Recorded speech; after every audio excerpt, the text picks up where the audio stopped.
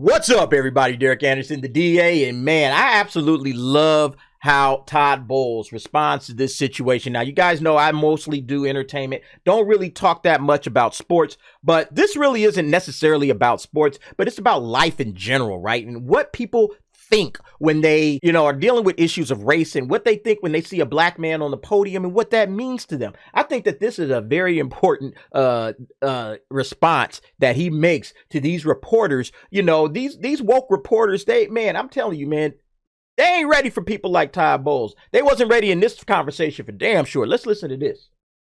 You and Mike Tomlin are two of the few black head coaches in the league. I wonder what your relationship is like with them and your thoughts on Steve Wilks joining that fold. I have a very good relationship with Tomlin. We don't look at what color we are when we coach against each other. We just know each other. I have a lot of very good white friends that coach in this league as well, and I don't think it's a big deal as far as us coaching against each other. I think it's normal. Wilkes got an opportunity to do a good job. Hopefully he does it. And we coach ball. We don't look at color. Now, you just heard what the man said, right? We just coach ball. We don't look at color. That should have been the last racism-related question in this entire group of people, right? He politely answered the man's question, okay? Because basically what he's talking about is Steve Wilks has just become the interim coach of the Carolina Panthers, a black guy. So they're saying, hey, another black coach is now entered into the fold. How you feel about that? You got Tomlin, now you got Steve Wilks. What's the conversation? What are you talking about? And this guy says, look, we just coaching. We don't see color. Okay. We're men competing against other men. And, we don't have time for all of the racism and the racial conversations. Okay. Because that's the thing. This guy's got to coach white players, black players. He's got to coach Latino players. He's got to coach Asian players. He's got to coach whatever players, regardless of race or whatever, are on the field. He's got to coach these guys, okay? So he's not worried whatsoever about the race, the skin color, or anything like that of the people that are on his team or the people that he's playing against. That's a man. That's a man. That's a man. That's a man. That's a man. That's a man. That's all he sees. He sees other men. Okay. And this guy is saying, I got to compete against these men. So the last thing I'm worried about is some stupid skin color. What are you talking about? Okay. I got to worry about this person's skills. I got to worry about this person's acumen to the sport of football. All right. I got to worry about his training, his health, all of that kind of stuff. I got to worry about that on my side and on this side. Where can I attack? Oh, that player right there, he had a bad knee. We're going to try to attack that this week. If they're going to play him, we're going to attack him. He's got all of that kind of stuff going around in his head. All right. Not, skin color. He could care less about some skin color. Right. But of course, they can't let it go because he didn't give the right answer. So, yeah, listen to the next question that's coming out these people's mouths. But you also understand that representation matters too, right? And that when young aspiring coaches or even football players, they see you guys, they see someone that looks like them, maybe grew up like them, that has to mean something. And hold up real quick before I get to his response.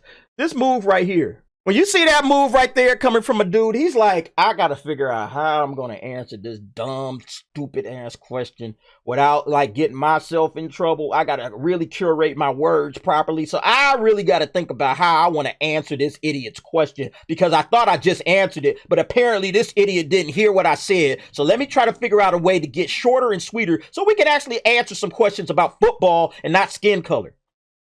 But yeah, so yeah, let's listen to what Todd says about this. Well, when you say you see you guys and look like them and grow up like them means that we're oddballs to begin with. And I think the minute you guys stop making a big deal about it, everybody else will as well.